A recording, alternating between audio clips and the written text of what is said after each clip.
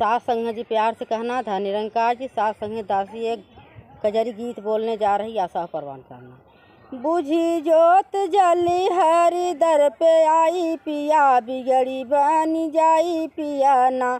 बुझी जोत जली हरि दर पे आई पिया बिगड़ी बनी जाई पिया ना।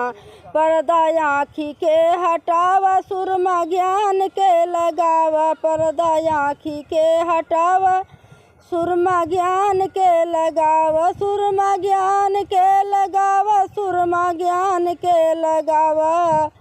खुली नेत्र राम तब दई दिखाई पिया बिगड़ी बनी जाई पिया ना।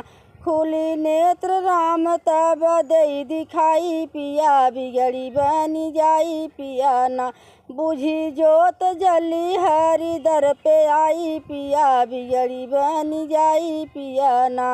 राम नाम का आधार लेके उतरा भव से पार। राम नाम का आधार लेके उतरा भव से पार। लेके उतरा भव से पार। लेके उतरा भव से पार।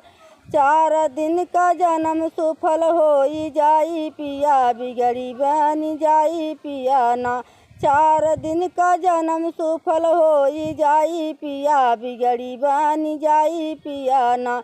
बुझी जोत जली हरि दर पे आई पिया बिगड़ी बनी जाई पिया ना।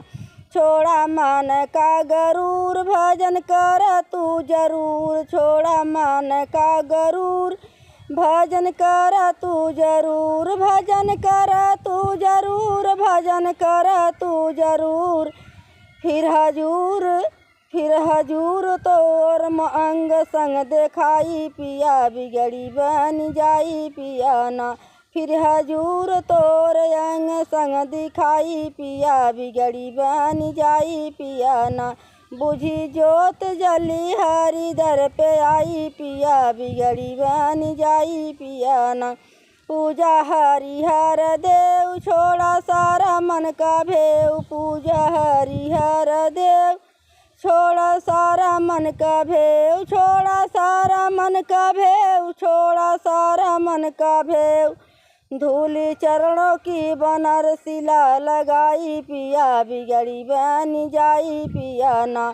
धूली चरणों की दासिला लगाई पिया बिगड़ी बनी जाई पिया ना। बुझी जोत जली हरि दर पे आई पिया बिगड़ी बनी जाई पिया ना। सास संग प्यार से कहना था निरंकार जी।